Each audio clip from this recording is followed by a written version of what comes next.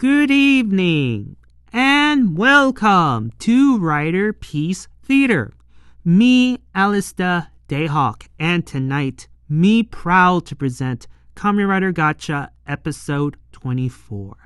This episode is brought to you by 10 years ago, because everything that's going on right now is due to the events that happened 10 years ago.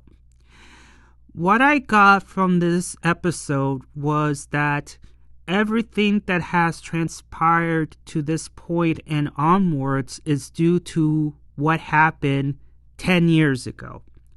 We now learn the reasoning behind Minato Sensei joining the master's side, and guess what? You guessed it, due to what happened 10 years ago. And we go to Hotarou, and he reminded me how cringy as hell he is, and he still acts like a child. And due to his lack of caution and him being like gullible, I guess is the right word, causes him to lose all his chemy cards. And another thing that I left after watching this episode is that how the writers gave a cop-out answer to the reasoning behind why Minato Sensei is able to use the Dread Driver so freely without the negative effects. I don't know. It's just the writer's way of sweeping it under the rug. I don't get it. I really don't. But then again, they did this with Gentz and his form.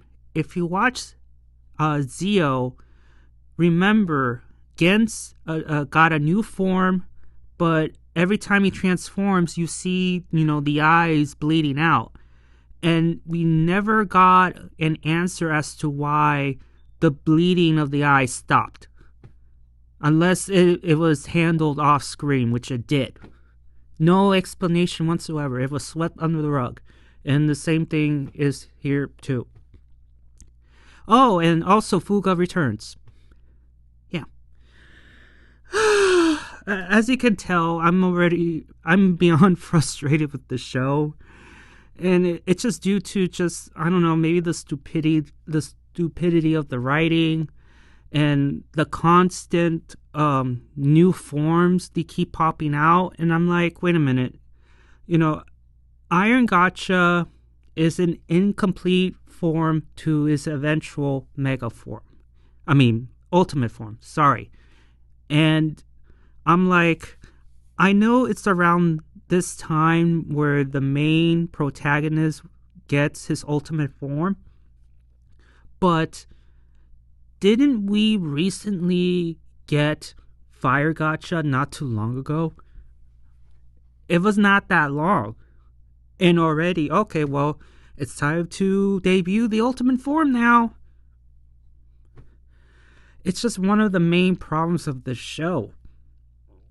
And come on. I'm just like, I'm still gonna watch it, but it's just, I wouldn't be surprised that I will end after finishing this season. I'll be like, okay, I'm gonna have a field day when I'm gonna make my character reviews. Boy, oh boy, I'm gonna have lots to say. Let me begin with Minato Sensei and the Master. So Minato Sensei returns and gives the Master a new chemy card for him to use for the new melgam of the week. And the Master is very proud of him because, according to him, this chemy card he has been trying to find for I don't know how many months, weeks, whatever, and he couldn't find it. And Minato Sensei pretty much give praise that, hey, it was due to the driver's power-up and the new copy card that let me find it and capture the card for you. And And this is where Minato Sensei asks, like, hey, where are the sisters at? Because I don't see them anywhere. And the master explains that they're off doing their thing, so don't worry about it. And then he takes out a doll and he's preparing to create the melgam. And as he was preparing the melgam, Minato Sensei gives a dirty look to the master. And then we lead to another scene with them. And this is where, not Minato Sensei, but the master does his version of events, his own recap, as to why he wasn't able to reveal himself much sooner. And that's why he unleashed the sisters to cause chaos and destruction, creating melgams to try to capture the gacha driver, because remember, the driver is supposed to be the key to air quotes Kingdom Hearts. And the reason why he was in hiding was because he was recovering from the fight he had with Fuga, you guessed it, 10 years ago. Yep, everything 10 years ago happens in this episode. And then he further explains that the sisters are nothing more than artificial dolls. And then in the background, you see number 2 listening in. And also, she is wondering, like, what the hell is Minato Sensei up to? Because she can't help but wonder what the hell is he doing after this last encounter with him being injured and saying that the nightmare will never end. So she was wondering what the hell is going on. And so the master creates his melgam, and this is where he unleashed both the melgam and Minato Sensei, because it's time to unleash the master plan. So we move on from there to the restaurant scenes. And I have to say this. The beginning of the restaurant scene was so stupid. It was meant to be funny, but I'm like, why didn't Mama-san press them a little bit? Because let me explain. So we get to the restaurant, and Mama-san was wondering, where did I put my groceries at? I know I went to the store and I placed them in the kitchen, but now they're gone. Where are they? And this is where the kids gave off the most obvious, looks. Like, they were shivering, they were nervous, they were giving that awkward, weird faces like, oh, I did something wrong and I don't want to tell. And they were giving off the weird and nervous gestures, right? And Mama-san didn't pressure them a little bit by asking them, wait a minute, why are you guys so weird? Like, why are you giving off this vibe? Like, what's going on? Do you know what happened to the groceries? What's going on here? And Hotarou was about to squeal on the fact that something chemy happened. But of course, Kuro just stopped him from opening his mouth a bit further. And Savi was like, did you left them somewhere else, or did you forget, or whatever it is, just an excuse to get her to leave. And so Mama-san decided, okay, well, I will go to the store again, I guess, and get some more. And again, I wish Mama-san could have just like pressed them a little bit and be like, why are you acting so weird, guys? Do you know what happened? Did you eat them or what? Like, but no, she leaves. And Kuro was like giving Hotarou the riot act a little bit, but then the blame was shifted to Renge, because we get a flashback, and apparently Hotarou gains a new chemy friend. You know, he's all happy and giddy, and he's happy that he gains a new chemy friend. And this is a eraser chemy, which I'm gonna butcher. Its name is Kezuzo. And it's like I mentioned earlier, an eraser chemy. And Renge all of a sudden decides to snatch it away from him and, hey, I can use this to erase my stuff in this book, whatever. Then the scene shifts from her back to Hotarou and onto Sabimaru, where Sabimaru creates the alchemist charger. And you already guess what's for. Because, lately Kudo has been low on energy after, transforming, and this is a way to charge the rings. And I'm just like, okay. And then looking back on it, these rings are nothing special. I know I gave them the title Rings of Power, but then it's just, why do Rings of Power in general need to recharge their batteries? So if I were to use any rings that they have and put it on, does it make me an alchemist? Harry Potter doesn't need a wand charger to recharge his wand. I don't know. I was just like, I rose my eyebrow to that. I'm like, why did you create that battery charger to recharge your ring? It just tells me that all the alchemist power that you use is through the power of the ring. If you take it off, you're no longer an alchemist. You can't use the power. All right, that's fine. That's fine. And then the eraser chemy goes on a erasing rampage because Renge misused it.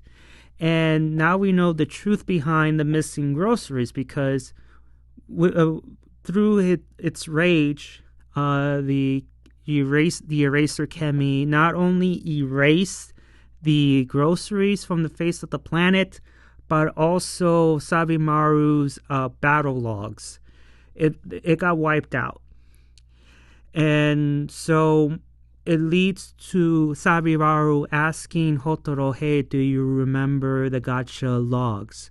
And this is where Hotarou gets this happy, glowing look on his face. Be like, oh, I thought you never asked. Of course I remember. If it were yesterday. He's all happy and giddy and recounts the events that happened from the pilot up to now. And then Kudo steps in and adds her take on the events.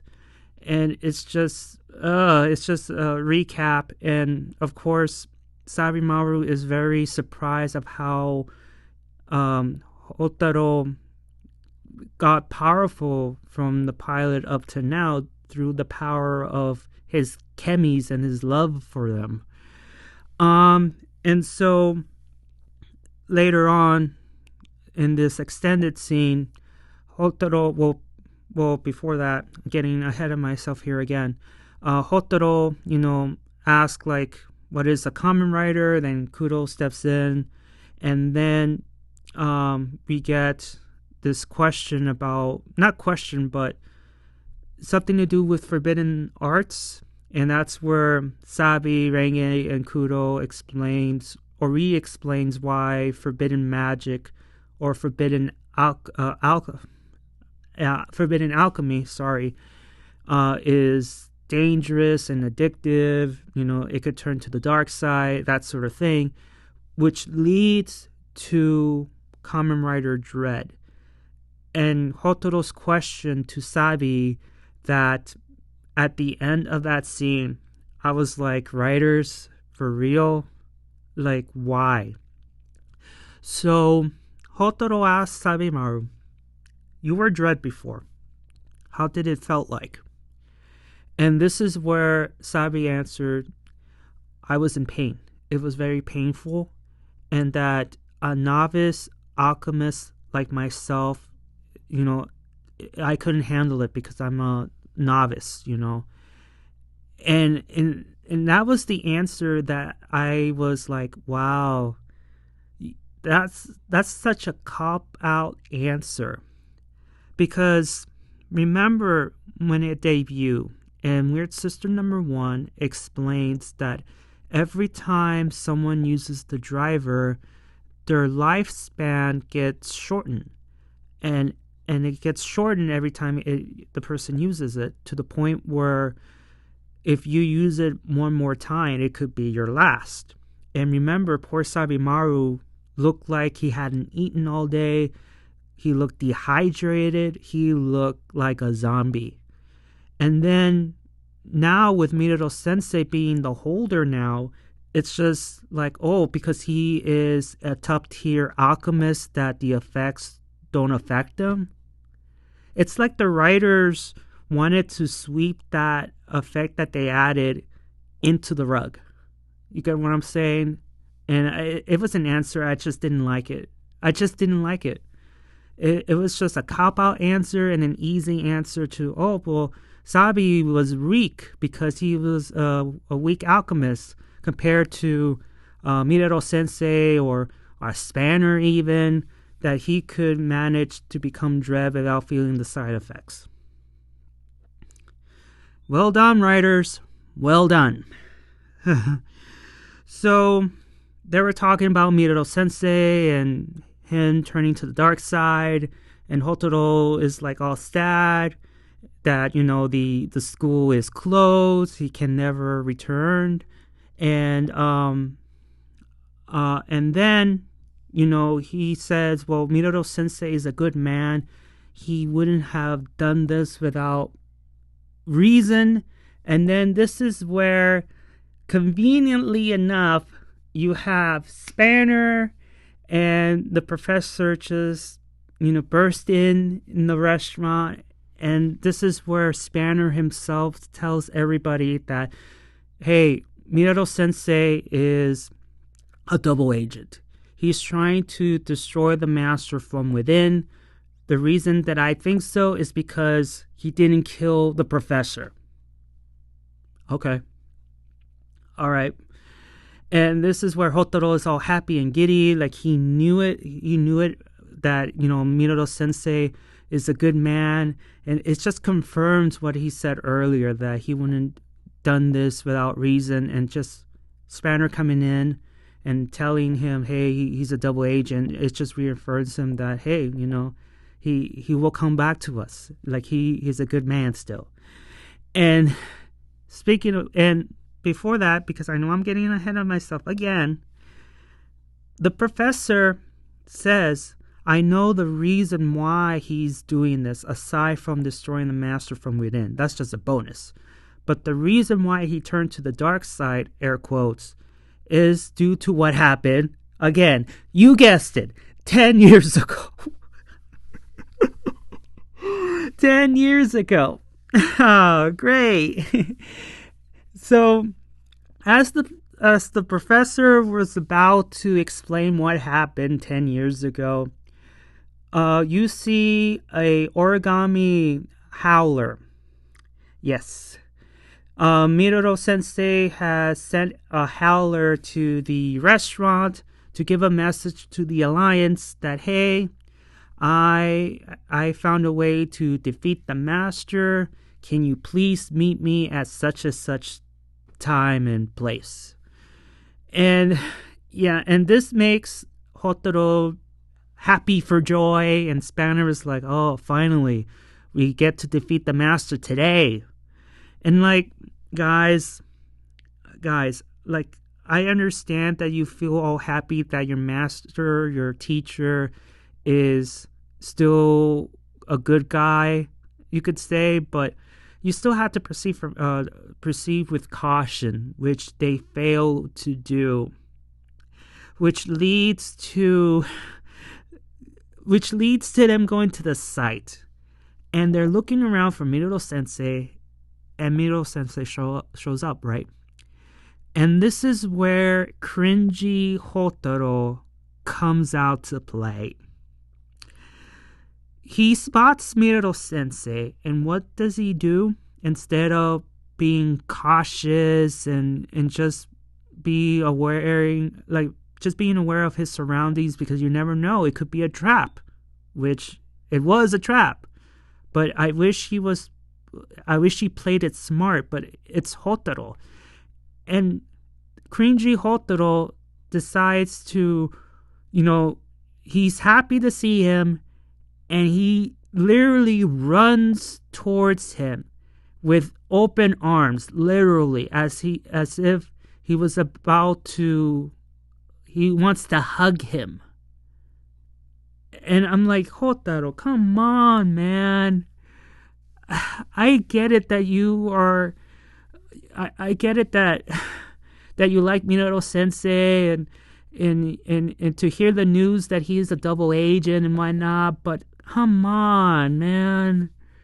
And because of your ignorance and your lack of caution, here comes the melgam of the week, who appears out of nowhere through a portal nonetheless, attacks him, knocks down his deck of chemy cards, and the melgam is stealing the cards through the means of a wormhole through the portals.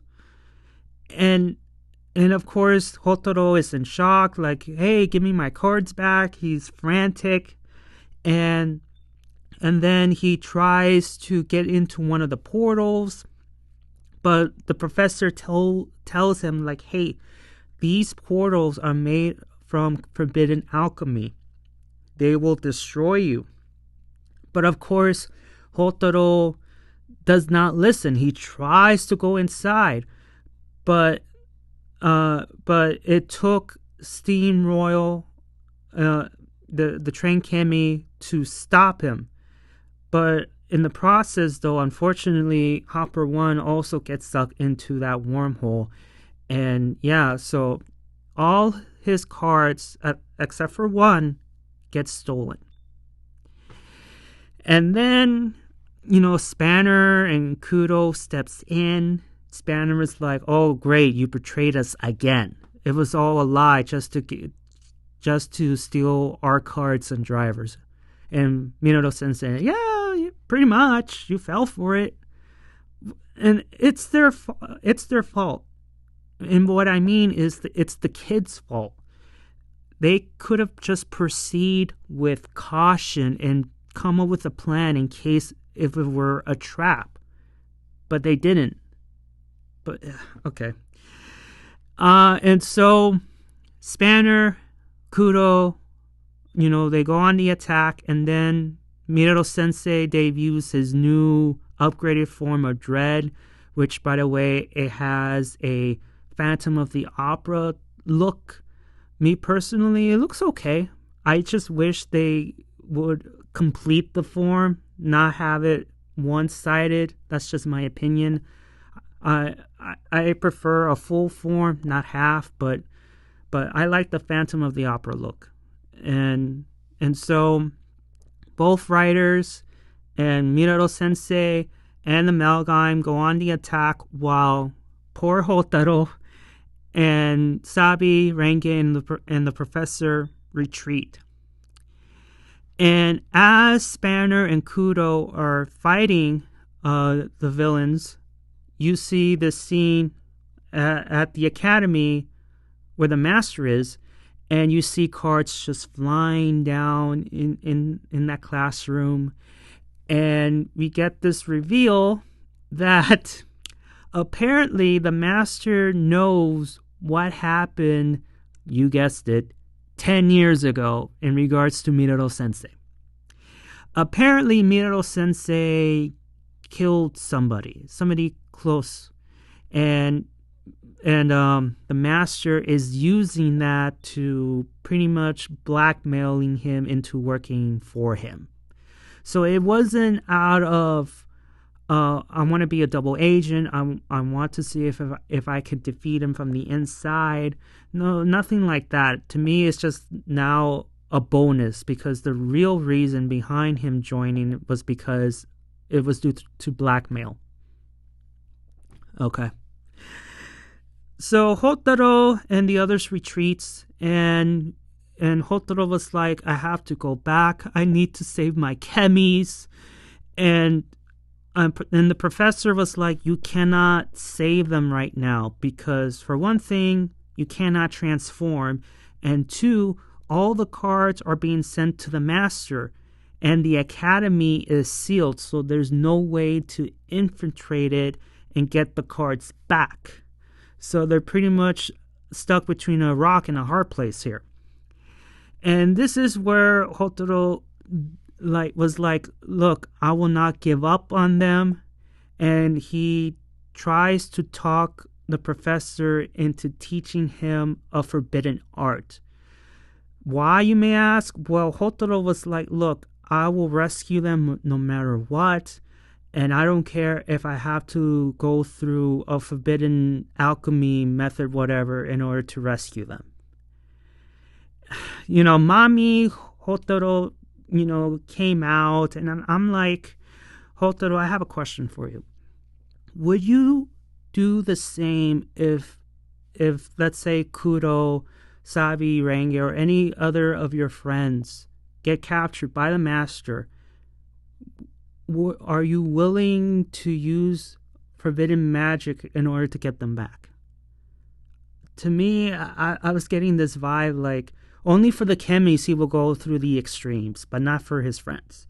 But don't get me wrong, I assume he would do the same thing for his friends. But I'm just getting this vibe that he's willing to cross over to the dark side just a little bit, just to rescue his beloved baby chemies. And just to add on here, Sabimaru now knows what chemi card the melgam is using, which is called the Warp Terra. And it has the power to go through portals, that sort of thing. So we now know what it is now, leading up to the professor, where she came really close into telling him, okay, there is a forbidden technique. But before she was able to tell Hotarou, okay, this is what you have to do, she backtracks because she was like, wait a minute, this is too risky because one wrong move, that's it for you. You'll be dead. But Hotarou was like, it's like I don't have much of a choice here. Like, I need to rescue my chemies. and this sucks because right now he's more focused on the chemies than poor Spanner and Kuro holding off against a power-up Dread and a Warp Terra melgam. What does that tell you? I'm just saying. And so the professor says no because it's too risky. And then we get a pair of legs. And we all know that it's Fuga. Fuga returns. And then we go back to the fighting. And unfortunately for our heroes, it's not so good. And because of it, they lost more cards. And Minato Sensei was about to take away their drivers too. And before long, you have Hotarou coming back, and he has a new ring. And it's gold. Now, in Kamen Rider, the color gold is usually associated with villains. And especially in this show where the master uses gold, let the gold engulf you, that sort of thing. And I'm like, okay, I have two questions. One question is it Hotarou's ring? Did it change? Or is he borrowing the ring from Fuga? If it's Hotarou's ring, then the writers has something interesting here, because since the golden ring, just the gold in general, usually associates with villains, I'm like, is it possible that Hotarou can get a character arc of him using forbidden magic. And it changes him for the worst.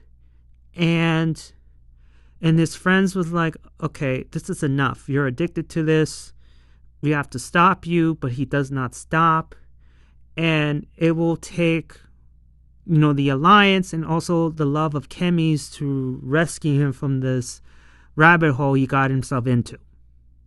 If it's indeed Hotarou's golden ring. If not, then it sucks. I'm just saying, but even if it is Hotarou's ring, I don't think the writers will do that to him. I just don't see it.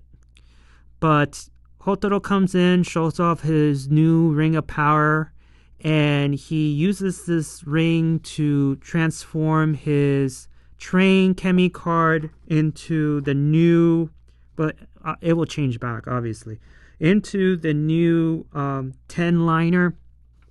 And he gets a new piece to add to the driver. And lo and behold, he becomes Iron Gacha, or Iron Gachard. And that's the end of the episode. Now, what are my thoughts of Iron Gacha? Well, it looks nice, but unfortunately, it's a incomplete form. Because there are scans on social media that the white form, it's his ultimate form. And I get this feeling that we probably are not going to see the iron form anytime soon. It could be a one and only debut. That's it. But who knows? I could be wrong. Because Geats, he ends up using 2 of his forms. And so it could be the same here. But in terms of his ultimate form, I mean, it's around, the right time. It looks pretty badass. I'm not going to poo-poo on it because it looks pretty good.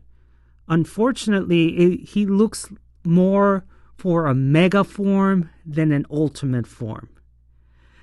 But I don't know. Now I'm curious what the mega form is going to look like, because I'm like, you look like a mega form than an ultimate form, but that's just my opinion only.